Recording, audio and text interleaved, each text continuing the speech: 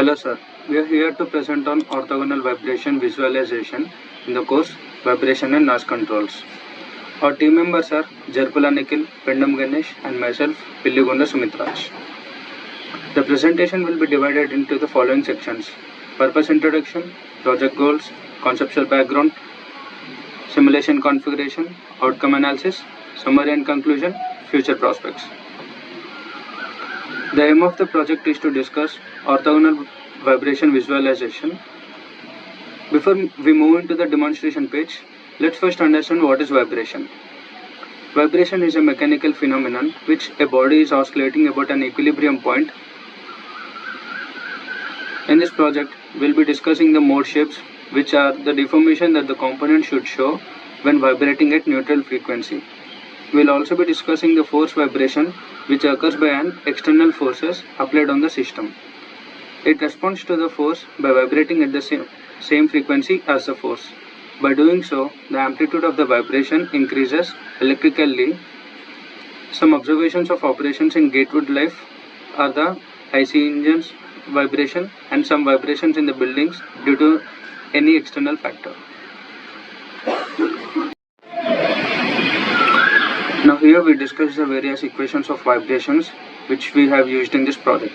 Two of them are stiffness mathematics equation and the Lagrange equation of motion, which will be derived after the derivation of kinetic energy and potential energy. Since we have a 3 degree of freedom system, which can be excited with either of the 3 natural frequencies through a motor by extended mass. Therefore, we can find the three mode shapes by noticing motion of motor system at certain frequencies. Exactly.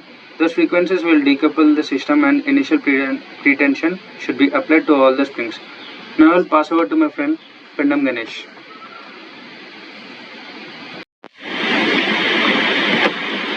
Hello sir. Now let us come to the simulation section in methodology for modeling and simulation. Now at first we have created the parts in the assembly using SolidWorks. Now in the second below picture you can see that triangular part is the grounded base which is fixed to 3 horizontal joints which eventually turns up as springs, and in the center there is small motor with a small eccentric mass and there is a motor casing. We created the parts and assembled using mates that imported in MATLAB. In MATLAB, detects automatically the joints, means the cylinder or prismatic or revolute. Now in some cases, there may be some changes required because in sometimes we may require revolute joint, but due to the structural design, MATLAB may detect them as cylindrical joints, like same as here. So these are the prismatic joints that we have assigned the k values, k parameters to the cylindrical joints. For sake of simplicity, instead of creating springs, we have created the cylindrical joints and assigned the k values to them. Now, initial pretensions are applied to the cylindrical joints or to the springs to prevent twisting of the motor casing, and also one point to note it that if we apply decompression, then also there will be some twisting of the motor block. And then apply omega to the motor using frequency sweep and see the characteristics of the motion of motor block. And there are certain frequencies where we can see that there are some shooting of the empty tissue and eventually there will be some more steps. Here we are letting the system to begin without any equation to let it come into rest or equilibrium for the first 20 seconds. Now the motor is given actuation, and after plotting the coordinates of the motor, we can see that the prominent displacement of the rotor is in the diagonal shape from top right to bottom left. Here we can see the simulation.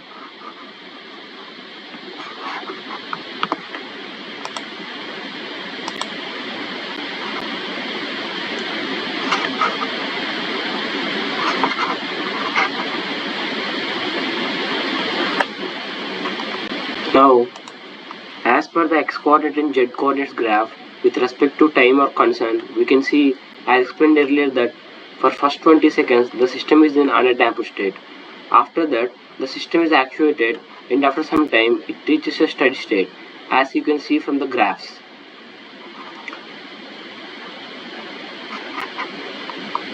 Here we do the same actuation but different frequency.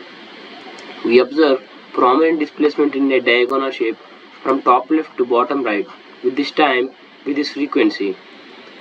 The x coordinate and the z coordinate with respect to time slots, again it's like the one as observed earlier, but the frequency of displacement is more in this new shape. Now we can see the simulation in this next page.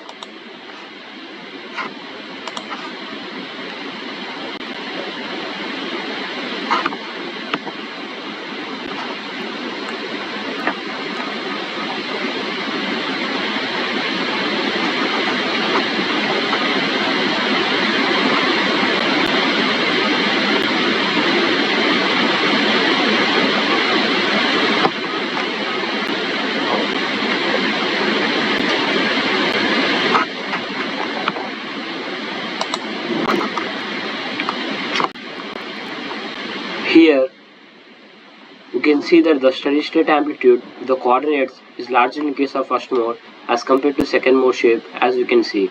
And now I will pass over to my friend Jarpula Nikhil.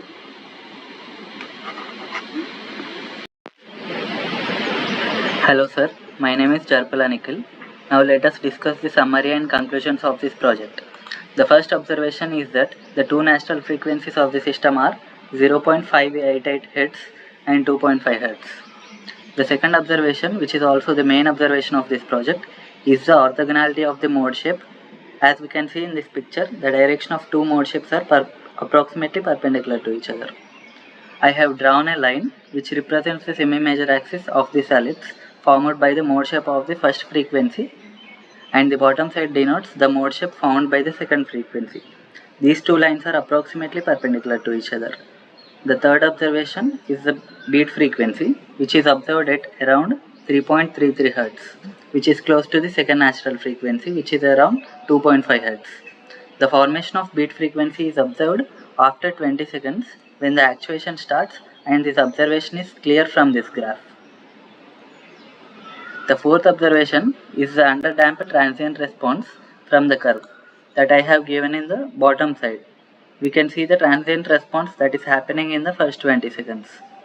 Here in the system, we can clearly see the amplitude of the oscillation is decaying exponentially, which is a characteristic of the underdamping motion.